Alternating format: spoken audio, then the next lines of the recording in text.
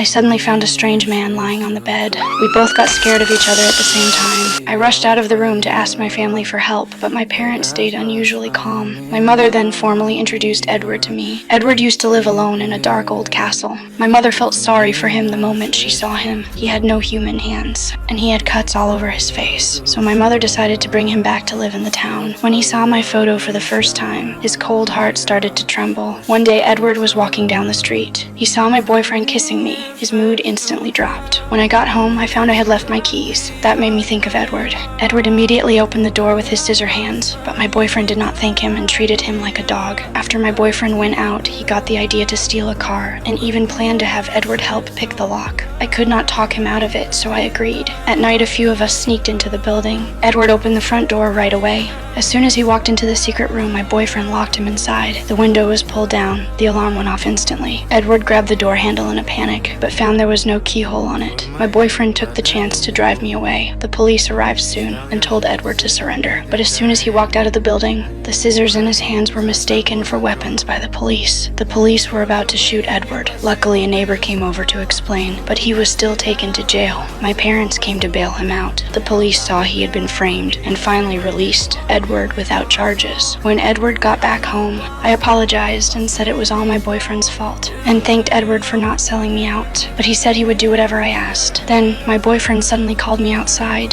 He yelled at me for treating this freak so well. Seeing this, Edward could only angrily slash the curtains and cut hard into the wall next to him. He knew he had already fallen in love with me. Every day I watched Edward trim the garden, but I did not know if that counted as love. When I was about to decorate the Christmas tree, I heard sounds from outside, so I walked out the door slowly. Snow started falling in the town. It turned out Edward had made a statue of himself. I danced freely in the snow and stared at the pure white snowflakes in front of me, but my boyfriend suddenly showed up. He scared Edward, who accidentally cut my hand. While I went inside to bandage the wound, my boyfriend drove Edward away. After I came out, I decided to break up with my boyfriend. Edward tore the clothes off his body, chopped down the shaped plants, and stabbed the tires of the cars by the road. The neighbors saw it and called the police. Edward wanted to come home to say goodbye to me. I looked at him reluctantly and hoped Edward could hug me, but those sharp scissors could not hug anyone, so I lay down into his arms myself. Then my boyfriend, who was full of hate, drove over and almost hit my little brother. Edward used his body to push my brother out of the way. People around thought Edward was hurting the kid.